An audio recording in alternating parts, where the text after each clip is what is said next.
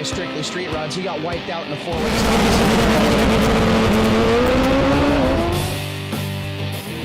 Have the most talented guy in there, but if he's not driving it, the rest of the crew is just back.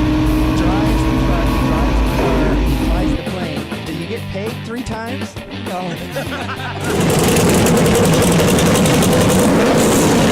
This show, Top 5 in America.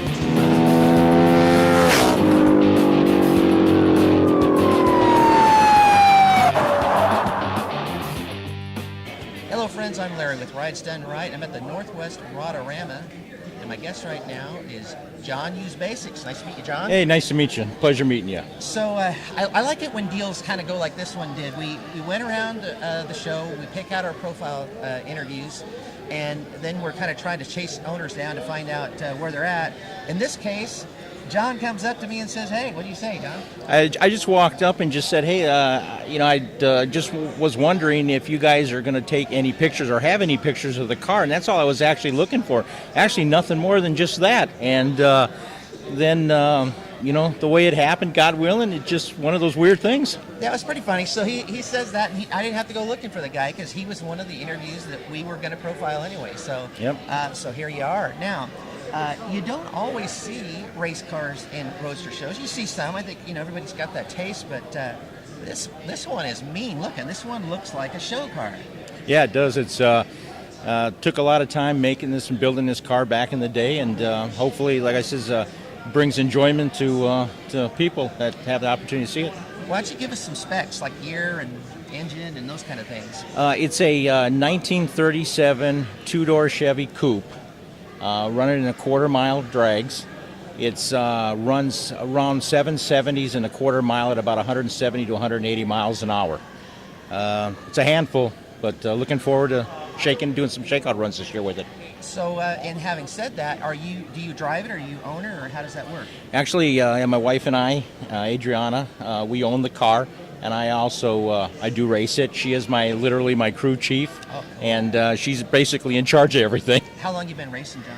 Actually, I started racing back in 1981, and I had a 1970 Chevy Camaro, believe it or not, of all places in Hawaii. And then about 13 years later, I was transferred back to the mainland through my organization of the company I work for. And I was out of racing for about 8 months, and I just went crazy. So I ended up looking, and I lived in Central California, and I got a 1977 Chevy Vega I bought from folks in Bakersfield, California.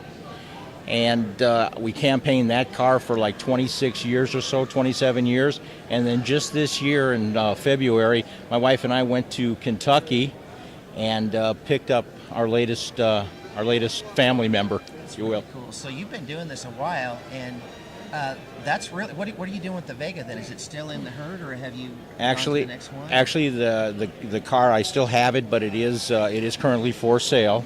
I campaigned super gas for 2.5-3 years with it, running a 990 index. Oh wow! So, but it was time to move on. Well, I bet you're excited to go from 990 into the 7s. That's going to be pretty cool. Boy, people, it's kind of funny. People go, well, it can't be that much difference. It's 2 seconds. Yeah, but we're doing it in 3 blocks.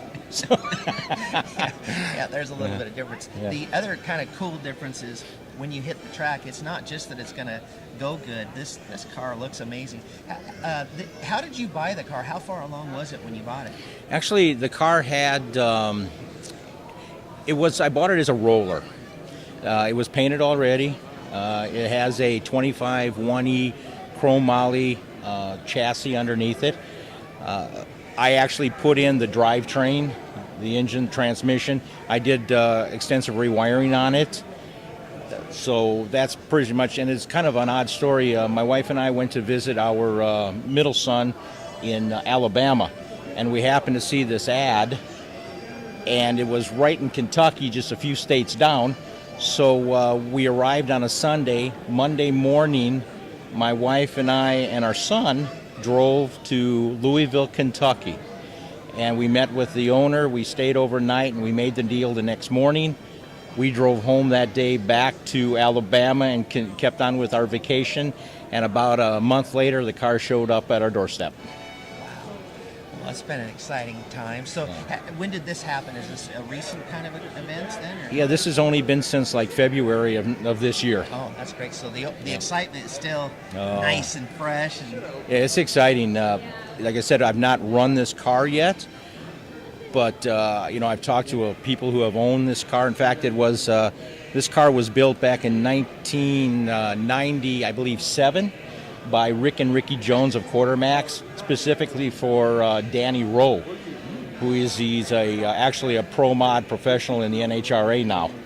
And this gentleman, he had sold it off to a couple different owners, and then this gentleman in Kentucky bought it, and he hasn't run it for about 2.5 years. He had to part with it because of health reasons. It was his baby. And so he was real emotional when he did sell it, but I guaranteed him that it would be going to a great family. And they'd love hearing that. Yeah. Where then are you planning on running this thing? So those that would like to see it in action, where's that going to be? Actually, we're going to run it in the Division 6 points this year under Top Sportsman. And we have a couple races in Seattle, a couple in Woodburn, and we're going to Mission, British Columbia. We're also going to have it at the Good Guys over here in June, and we're actually going to be at the Good Guys Drags, and I'm running Nostalgia this year also. Well, so there you go. If you guys want to see a really cool looking car go down the drag strip, pay attention to those events. John, it was great having you. It was a pleasure. It was all my. Thank you very much. You guys are great. Thank you. Thank you. We'll see you guys next time. See you. Take care.